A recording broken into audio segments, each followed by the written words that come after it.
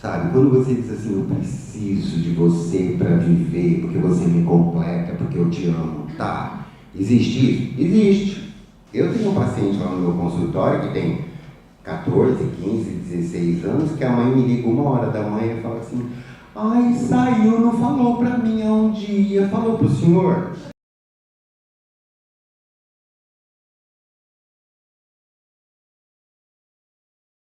As pessoas começam a se preocupar com isso, né? Então a gente vai conversar assim. Eu particularmente, eu acho extremamente desrespeitoso essa história de violência. Acho que é, inclusive, dentro de uma análise psicanalítica, inclusive, sabe? Tá muito relacionado com falta de caráter. Muito relacionado com falta de caráter. Porque ninguém tem o direito de ser violento, nem quando acha que é necessário. Porque a violência, sabe, é aquela coisa assim, ó, o amor e o ódio, eles são da mesma linha. Eu só consigo amar porque eu também consigo odiar. E eu só consigo odiar porque eu consigo amar. E vocês vão ver nas 3 fases depois que tem, daquelas questões de como é o movimento dessa violência doméstica, vocês vão ver que eles vão do amor ao ódio com muita facilidade. E dentro dessa fase que vai do amor ao ódio, ali no meio, a expressão disso é a violência. Qual é o contrário da violência? A gentileza, a educação, no mínimo, a aceitação, no mínimo, o distanciamento, no mínimo, o silêncio, né? Então, todos nós somos seres humanos, né? E a gente vai conversar um pouco sobre isso depois. Eu fiz aqui algumas observações. Nós temos a violência psicológica e moral, temos a violência sexual, a violência social, a física, a sexual e a patrimonial, né? O Dr. Diógenes depois vai trazer todos os dados técnicos onde vocês, desculpe falar vocês, tá? Mas assim, onde a pessoa que tem esse tipo, né? Porque é sofrível, juro por Deus, é sofrível para mim olhar para uma mulher e falar assim, onde você vai poder se defender? Porque eu não quero passar a impressão que eu tô achando que vocês estão sofrendo com o relacionamento de vocês, mas tem muita gente por aí sofrendo e não falam, viu? Não falam, né? Porque um dos maiores problemas do feminino, né, é o bico calado.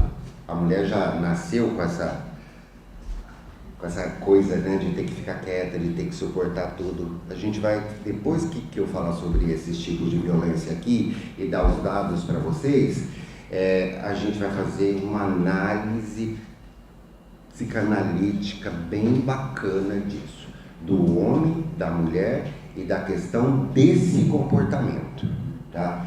Então vamos lá, a violência psicológica é quando uma pessoa expõe outra pessoa que há uma situação de violência, né, que pode resultar em traumas.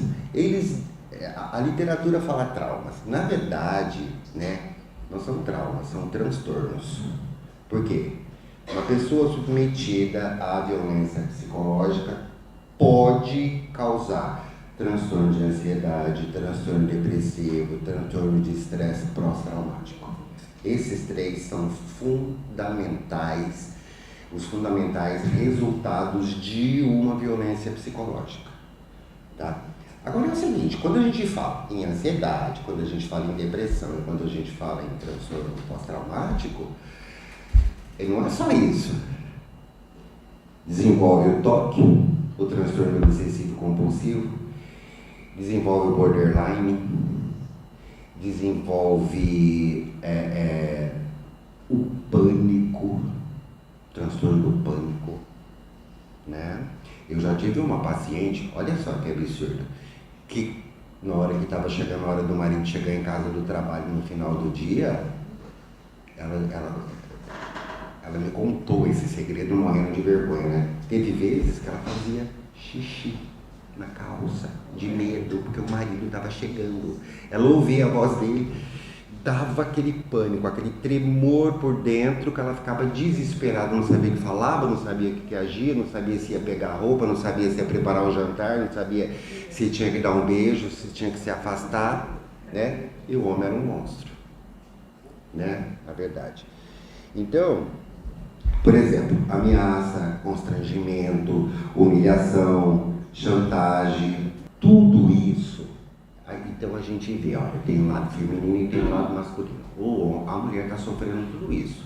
E o homem, ele faz isso disfarçado de ciúme. Essa é a única realidade. Ciúme do quê? Às vezes ele nem gosta dela. Ele não gosta do corpo dela, ele não gosta da cara dela, ele não gosta do cheiro, ele não gosta de nada. Ciúme por quê? Porque é só aquilo que ele tem, ele não tem outra. Ele pode até ter 50 aí fora, mas não é dele. Aquela é dele. E tem o lado machista dele, né? Ele acha que a mulher é dele, é propriedade dele. E isso é cultural, infelizmente, né? No nosso país, no nosso país não, gente, no mundo, né? Bom, a violência sexual. A violência sexual é uma coisa tenebrosa porque, assim, tudo que é feito sem permissão é violência sexual, né? Tá lá, vai ter um relacionamento íntimo, a mulher fala, por favor, né? Vamos usar preservativo, porque eu não quero tomar comprimido, porque eu não quero ficar grávida, tal. O cara consente. Aí quando chega na hora H, eu não gosto disso e tira. Pronto, já é violência. Já é violência. Tudo tem que ser com consentimento, né? Tá lá naquela beleza, lá no relacionamento, aí entra na área dos fetiches, né? E aí começa, vamos filmar, vamos, sabe? Aí depois quer colocar na rede social, quer mostrar para esse, quer mostrar para outro. É violência. É violência. É a violência sexual. E o que acontece? Normalmente é através de uma confiança que a pessoa tem de ascendência sobre o outro. Ou é chefe, ou é o esposo, ou é um casal de amigos que já existe ali um flerte e o rapaz acha que ela gosta muito de mim, né? Ela fala muito bem dele, então ele acha que ele tem uma ascendência sobre ela, e aí ele, como macho, né? Porque analiticamente falando, gente, a questão do macho é o falo. É o falo que denomina, que diz, eu sou macho, por quê? Porque eu tenho um falo, porque eu tenho um pênis, tá? Mas isso não serve pra nada, a não ser fazer filho e dar algum tipo de prazer, né? Porque na verdade quem faz tudo, vamos pensar aqui no ato sexual, quem faz tudo é a mulher, não é ele que come ela, né? É ela que realmente faz o que tem que fazer. E depois ainda, né, se a gente for lá para a história, né, esse sexo ele foi criado, óbvio que ele é o maior momento de prazer do ser humano, onde existe a maior liberação de dopamina, é no ato sexual, é no orgasmo, é o maior nível de liberação de dopamina que você pode ter, tá? Passou daquele orgasmo, é loucura. Isso é uma história para outro, que aí já entra outras coisas que a gente pode falar. A violência sexual, a violência social, ela está mais relacionada com grupos, com discriminações, né? Então, vamos lá. E a violência patrimonial, né? Como é que é essa coisa da violência patrimonial? Sabe aquele cara que assim, você está trabalhando, mas o seu salário é meu. É eu que vou ficar com esse salário, é eu que vou pagar as contas. Aqui nessa casa é tudo dividido. Sabe esse cartão que você tem aí, que você recebe esse auxílio, não sei das quantas? Esse cartão fica comigo também, eu quero a senha, né? Aqui nessa casa é tudo dividido. Se você não trabalhar, não come. Fica bravo, quebra as coisas dentro de casa. É violência patrimonial, tá? O doutor Diógenes depois vai explicar com mais detalhes sobre essas violências para vocês e como vocês podem, né, se defender. Agora tem uns números aqui, a da fonte do IPEC, né? Olha, 1 em cada 3 mulheres já sentiu algum desses tipos de violência. Como é que você vai identificar se aquilo é uma violência ou não? É muito simples, gente, é muito simples. O sentimento de vocês, a intuição de vocês. As mulheres são os seres mais intuitivos. Nem que ela não queira, ela tem que ser intuitiva, sabe por quê? Porque ela tem que ser mãe, e não dá para ser mãe sem intuição. Então, além da intuição, ainda existem as intenções, tá? Então, você tem um parceiro, tenta imaginar qual é a intenção dele. Não é difícil imaginar isso. Qual é a intenção desse parceiro? Não é difícil. Em 2022, e essa questão toda da violência aumentou muito com a pandemia, tá, gente? Aumentou muito, muito, muito. Tá? Por quê? Porque ficaram juntos, né? Ficaram todo mundo muito junto, e aí aquela dificuldade toda de relacionamento. Porque uma das coisas mais difíceis que existe, não é uma das mais difíceis não, é a mais difícil que existe para o ser humano, é a capacidade de relacionar-se. Todo mundo que vai para o consultório de psicanálise, em algum momento ou em vários momentos, sempre traz alguém junto para o consultório, né, para o sofá. Por quê? Porque é sempre culpa do outro, né? É sempre culpa do outro. Então, em algum momento é culpa do meu filho, é culpa do meu marido, é culpa da minha mãe, é culpa do meu pai, é culpa dos meus amigos no trabalho, é culpa do meu chefe, foi a culpa da menina do caixa do supermercado, né? Então, assim, a gente não consegue viver sozinho, e viver em relacionamento é muito, muito, muito, muito, muito difícil. Isso faz parte de como o ser se transforma num ser. A gente vai passar isso, conversar um pouquinho já com vocês sobre isso. 15% das mulheres com 16 anos acima sofreram violência dos seus companheiros. 15%. Tá? Em 2020 isso. Cerca de 13,4 milhões de mulheres brasileiras já buscaram a ajuda nesse período da pandemia. 13,4 milhões, tá? Então vamos lá. Como é que é o ciclo dessa violência, né? Como é que acontece essa violência? Então vamos começar desde o iniciozinho, né? Você está num relacionamento, né? Antes de você criar um compromisso efetivamente, né? Existe, o movimento é muito mais um movimento sedutório, né?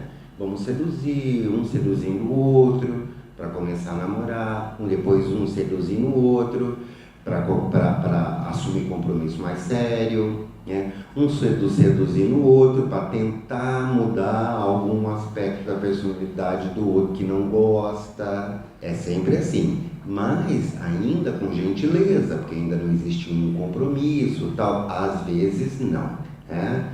Às vezes acontece do relacionamento ali, já no namoro, já perceber. Por isso que eu disse para vocês, usem o entendimento que vocês têm da intenção do outro, porque você sabe da sua intenção. Então dá para você comparar com a intenção do outro. Se não for uma intenção igual à sua, não vai adiantar nada. Existem os problemas? Existem, mas se a minha intenção é ficar junto com você, a sua intenção também tem que ser a mesma, porque senão não vai funcionar. Tem problema? Tem. A minha personalidade é de um jeito? É. A sua personalidade é de outro? É. Tá, então vamos começar o bendito do relacionamento. O que a gente vai poder fazer com esse relacionamento? O que eu vou ter que ceder? O que você vai ter que ceder? O que eu vou poder acrescentar? O que você vai poder acrescentar? Como é que a gente vai viver? Sempre procurando viver com gentileza, com educação. Ai, mas é tão difícil. Então tá, vamos tirar tudo isso. Com respeito. Com respeito. Essa é a palavra. O que é respeito? Eu estou aqui olhando para você, nos teus olhos. Eu posso ser respeitoso, eu posso ser desrespeitoso. Agora, se eu viro as costas e falo mal de você, aí já é caráter. Respeito, caráter, tá?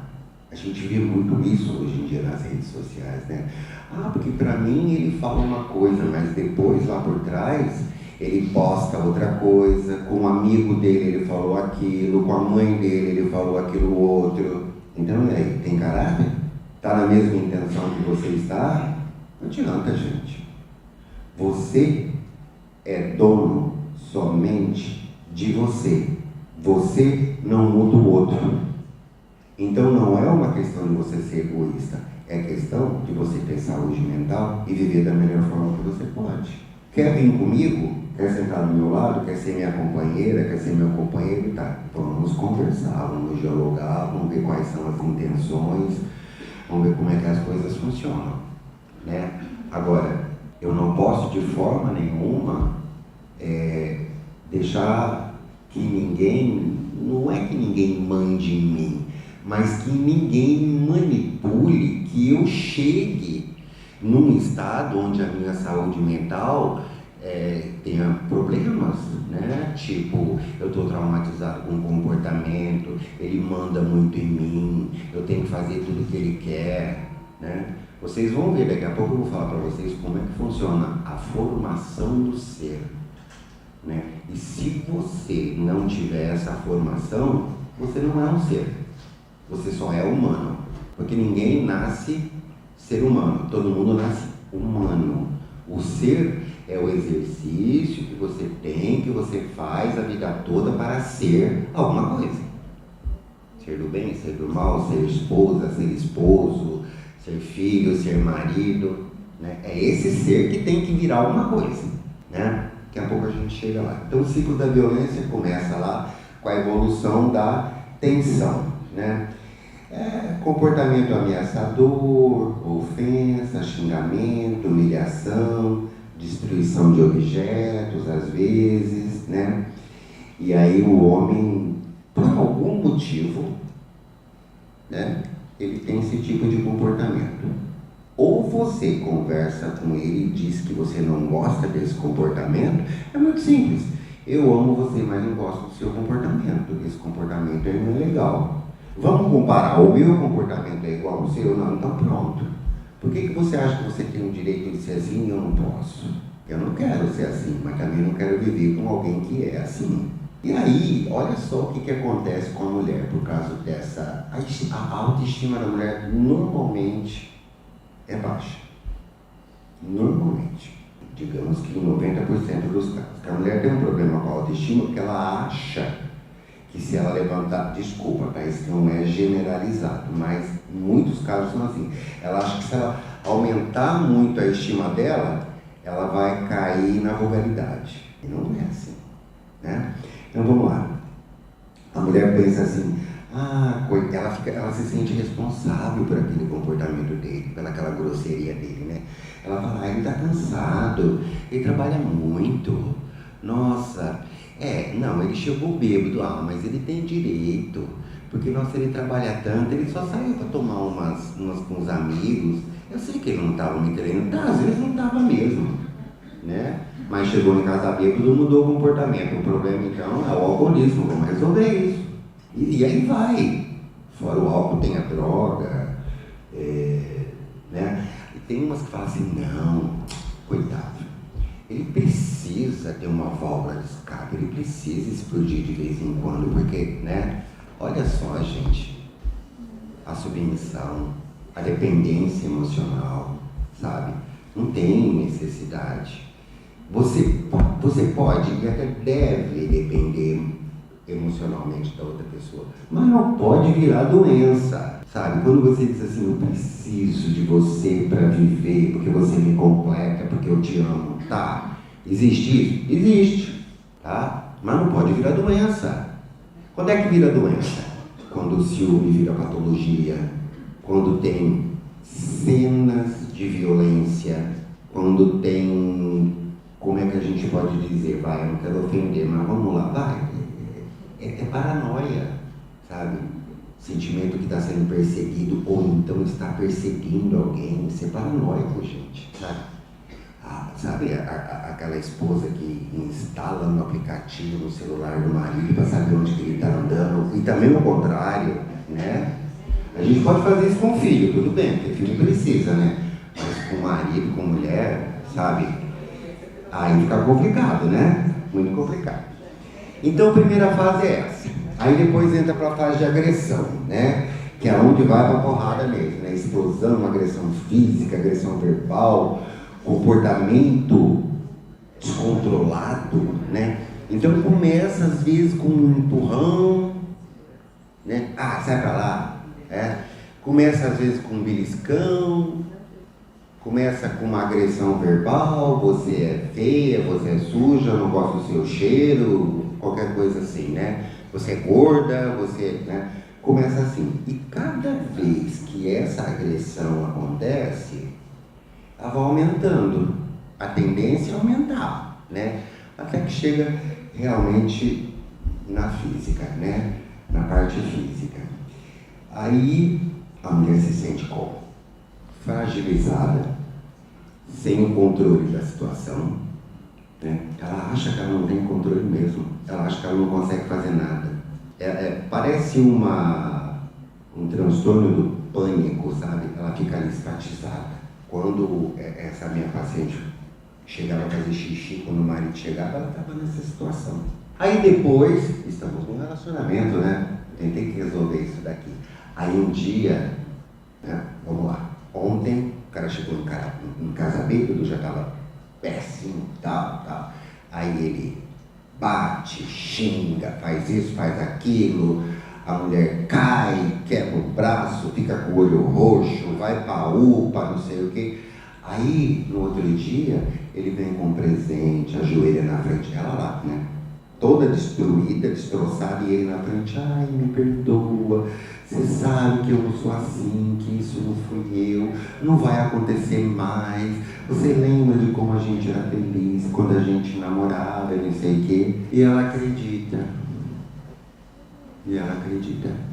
E aí o ciclo volta tudo de novo, é só uma questão de tempo, né? Isso existe há muito tempo, né? Até nas charges a gente vê, né? Na idade da pedra, lá um carregando a mulher pelos cabelos, assim, né? Não dá, estamos no século XXI, né? Não dá mais para viver desse jeito. E aí, o que a gente pode falar sobre isso?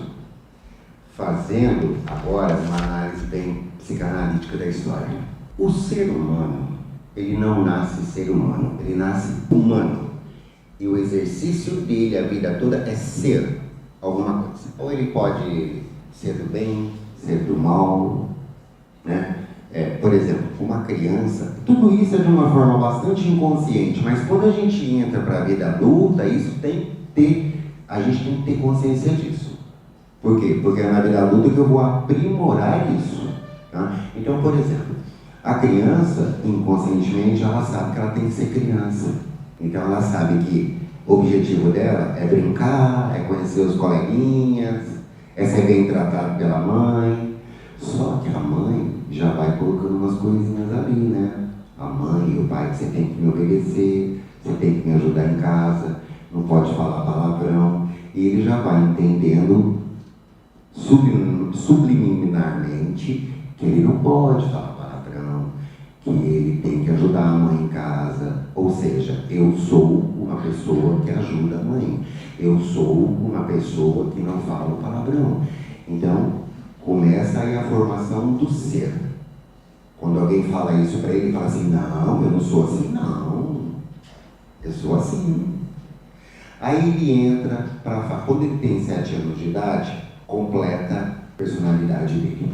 Dos 7 aos 12, ele dá uma maturada nessa personalidade dele. Como é que é essa questão da personalidade? É assim, o sujeito não consegue colocar palavras naquilo, mas ele sente como ele é. Se alguém dizer para ele, você é assim, ele fala, sou, ou então, não sou. Mas ele, para sentar e fazer um discurso, descrever a personalidade dele, ainda não vai conseguir. Dos 12 até os 18 ou até os 21, Na verdade, antigamente era assim, né? Hoje em dia a gente encontra gente com 45 anos que tem comportamento de adolescente ainda, né?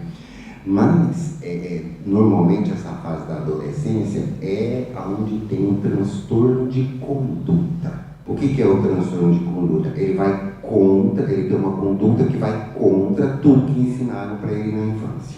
Então, normalmente, ele contesta o ambiente familiar, as coisas que deram para ele, as coisas que ensinaram para ele, tem aquela tendência a achar que a comida da mãe do amigo é melhor, que na casa da mãe do amigo é melhor, que não sei aonde é melhor, né? Ele não gosta daquela escola, ele quer ir para aquela escola, ele tem essa tendência.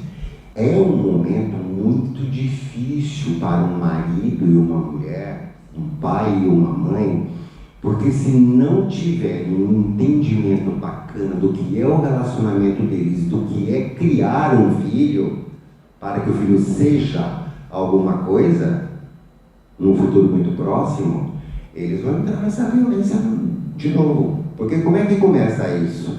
O menino faz alguma coisa errada, a mãe fala, olha, o sujeito está muito mal educado, o nosso filho está assim. Aí o pai, culpa sua, é você que fica o dia inteiro com ele, eu trabalho, a responsabilidade não é minha. Pronto, começa a briga. E a criança vai ficar pior ainda. Vai ficar pior ainda, né? Porque a criança ama os dois, mas sempre tem a sua preferência. Não tem jeito, sempre tem. Ou ele se dá mais com a mãe, ou ele se dá mais com o pai. E aí podem ocorrer conflitos e todos esses conflitos vão piorando essa violência entre um casal que não consegue ter maturidade o suficiente para ser o que tem que ser. Põe uma coisinha na cabeça de vocês, gente, olha. Para as coisas darem certo em qualquer relacionamento, mãe tem que fazer papel de mãe, pai tem que fazer papel de pai, filho tem que fazer papel de filho. Filho é filho, filho não é seu amigo, filho é filho. Amigo ele tem na rua, amigo ele tem na escola. Mãe que tem 40 anos de idade, que está com problema de relacionamento, que pega a filha que tem 13, 14 anos e fica contando, porque eu tenho problema de relacionamento com teu pai, porque na cama é uma porcaria, não sei o quê. Não tem que falar isso para uma pessoa de 14 anos, não tem cognição para entender isso. A tua filha não é tua amiga, ela é tua filha. Ela precisa de você feito mãe, não precisa de você feito amiga. A amiga dela é a Barbie, sei lá, quem ela conhece por aí, né? Que você ainda vai ficar de olho para ver se aquela amiga vale a pena. Ainda tem que fazer isso. Então, cada um tem que fazer seu papel, porque senão nós vamos matar de vez o que a gente chama de família, né? Faz tempo já que começou isso, né? Novas estruturas familiares, né? A psicanálise, começou essa história de família desestruturada, né? A psicanálise, principalmente a psicologia no geral, não gosta de falar assim. Eles falam que são novas estruturas familiares, tá? Mas qual é a intenção? É que a estrutura familiar volte a funcionar como funcionava antes. A intenção é essa. Então, o que a gente tem que fazer? Cada um fazer o seu papel, senão não vai dar certo. Nunca. Professor, tem que fazer papel de professor. Professor não é pai e mãe. Professor é professor. A gente ouve muito isso por aí, né? E os pais e as mães hoje em dia, na maioria das vezes, são tão imaturos, são tão despreparados, né? Que eles cobram isso dos professores. Cobram isso dos professores. Eu tenho um paciente lá no meu consultório que tem 14, 15, 16 anos, que a mãe me liga 1h da manhã e fala assim, ai, saiu, não falou pra mim há um dia, falou pro senhor. E o pior é que tem às vezes que fala, porque não confia na mãe e no pai. Aí eu tava com vontade de fazer isso, fazer aquilo que você acha. Você acha que vai dar problema com a minha mãe e com o meu pai? Então, às vezes, eu me sinto na obrigação de fazer esse papel também. Como vocês, professores, provavelmente já se sentiram várias vezes. Não custa nada a gente dar uma mãozinha, mas se você vê que está exagerando, você fala, ó, não sou tua mãe, não sou teu pai, sou teu professor, sou tua professora, né? Eu sempre digo, olha, eu sou teu terapeuta. Você precisa sentar com o teu pai, com a tua mãe, conversar. E quando eu vejo que o negócio não vai, eu chamo o pai e a mãe, sento lá todo mundo junto, vamos conversar aqui todo mundo junto. E não quero mentira, porque se tiver mentira eu vou te desmentir, hein? né? Então a gente tem que ter essa honestidade, essa moral, esse caráter, porque olha, então o ser humano ele vai aí nessa construção do ser. Para você ser alguma coisa, né, qualquer estrutura que existe na Terra, em qualquer ser, é sempre uma estrutura que envolve um tripé, né? Por exemplo, pai, mãe, filho. Para quem acredita em Deus, é Deus, Jesus, Espírito Santo, é terra, fogo e ar. É sempre um tripé. A nossa estrutura psicológica, ela é neurótica, psicótica e perversa. A neurose é a forma de conhecimento. Eu quero conhecer o que é ser criança, depois eu quero conhecer o que é ser adolescente, depois eu quero conhecer o que é ser adulto, depois eu quero conhecer o que é ser velho. Em cada fase dessa do desenvolvimento, você tem um percurso a percorrer grande, né? Envolve casamento, relacionamento, filhos, comprar uma casa, comprar um carro, fazer uma viagem. Envolve tudo isso. Estudar, se formar, né? Envolve tudo isso. Isso é o neurótico, tá? O psicótico é aquele que vive naquele mundo assim, ó. E se fosse assim? E se fosse assado? Isso só vale para criança, tá? O adolescente tem muito disso. Você tem sempre que trazê-lo para a realidade, sempre. E o perverso é o nosso lado da raiva, o nosso lado de não gostar das pessoas, o nosso lado de não suportar as coisas, a nossa falta de aceitação. Só que esse perverso, como o psicótico e o neurótico, eles variam, são subjetivos. Por exemplo, uma pessoa extremamente materialista, que só pensa em dinheiro, que maltrata todo mundo e tal, ele é neurótico porque ele só pensa naquilo, mas ele também é psicótico porque ele maltrata os outros. Aliás, ele é perverso porque ele também maltrata os outros, tá? E pode ser psicótico dependendo do tipo que ele maltrata. Porque se ele usar de requintes, de detalhes maldosos, ele já entrou na psicopatia. E esse perverso pode chegar no psicopata muito facilmente. O que tem de psicopata por aí vocês não têm ideia, tá? Bom, e aí, o que acontece? O sujeito, para ser alguma coisa, como eu estava falando na tríade, né? Ele tem que, é igual uma frase, a frase quando você vai analisar gramaticalmente uma frase. Tem sujeito, tem verbo e tem predicado. Sujeito sou eu, o verbo é a minha ação e o predicado é o ônus ou bônus, é o lucro ou prejuízo.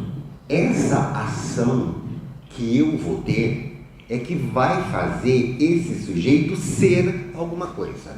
Mário comeu abacate. A minha ação foi comer. O ônus ou o bônus foi o abacate. E o sujeito é o Mário. Eu posso dizer o quê? O Mário é guloso, o Mário gosta de abacate, o Mário prefere fruta.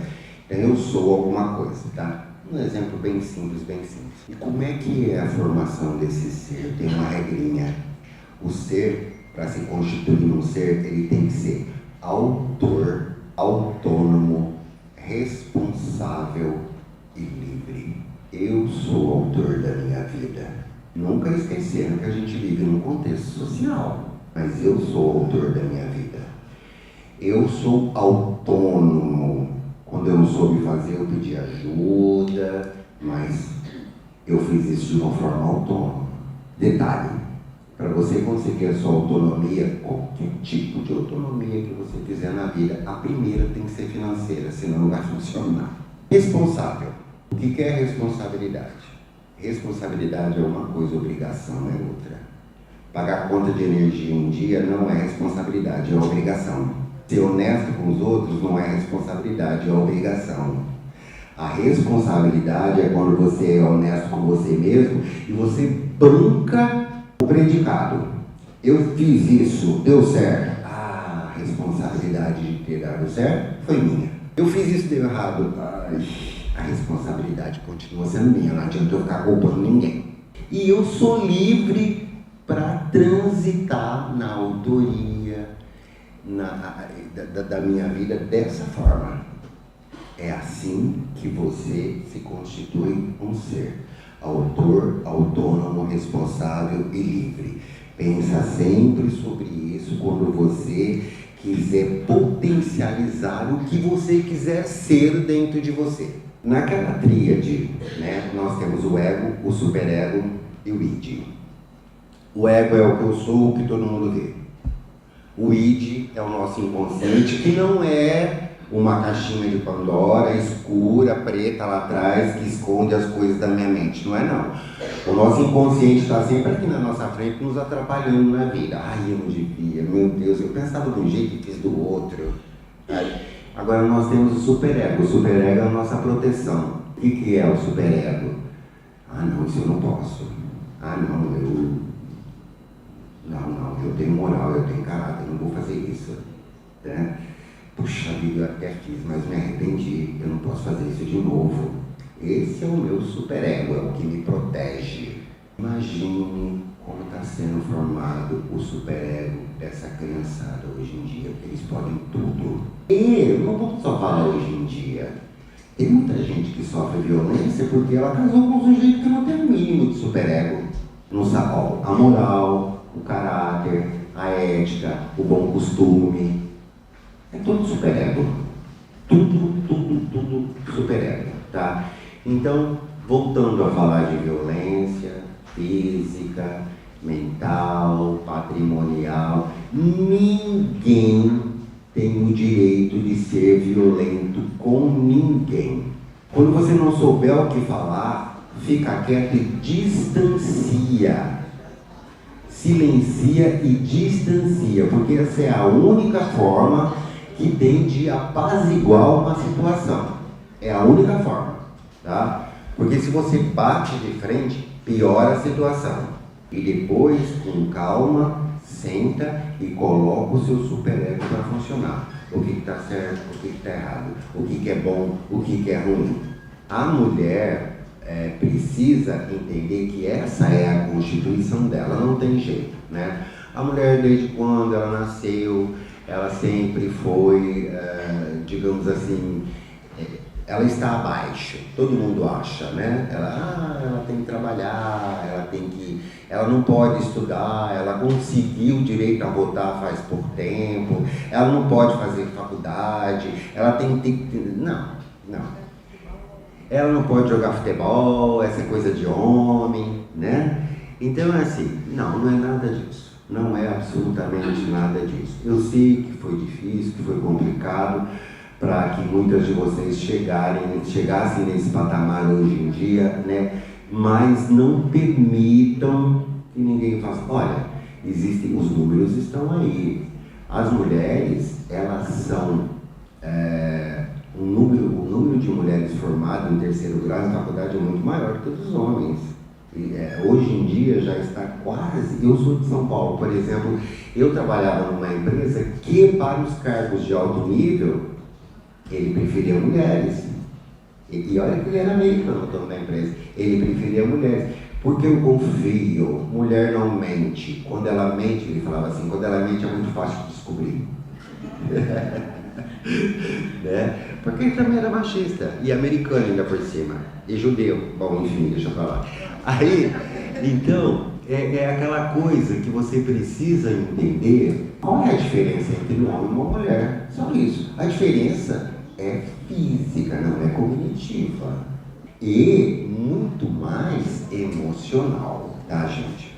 A mulher tem muito mais capacidade de suportar dor. A mulher tem muito mais paciência, tem muito mais tolerância. Mesmo as que estouram, eventualmente, têm essa capacidade. Muito maior do que os homens, né? De demonstrar amor, de demonstrar carinho. E se um homem que está com você ou perto de você não tem essa sensibilidade, muito provavelmente, de vez em quando, ele vai ter esse envolvimento de violência, pelo menos verbal, E se alguém quiser extravasar, contar o que está acontecendo, precisar falar sobre isso, né? Tem o meu consultório, fique à vontade. Bom, para terminar, o meu papo que eu trouxe para vocês foi isso, né? Para terminar, eu gostaria de dizer para vocês que foi um prazer estar aqui, falar sobre esse assunto e dizer para vocês que eu acabei de montar como é que fala? No YouTube. Eu tenho uma página lá no YouTube, um canal no YouTube, tá? Então, cada semana, toda semana eu posto uns negocinhos bacanas lá. A primeira foi sobre como eu sou, a segunda a gente vai falar sobre vícios, hábitos, vícios, neuroadaptações. Aí a que vai sair hoje, no final do dia, é sobre será que a minha mente mente para mim? É muito bacana essa, tá? E eu vou aproveitar, por isso que a gente está filmando, vamos falar da violência das mulheres também, tá? Então é só entrar lá no psicólogo Mário Pacheco. Não vou pedir nada para vocês, só vou pedir para entrar, curtir e se inscrever. Muito obrigado e até uma próxima.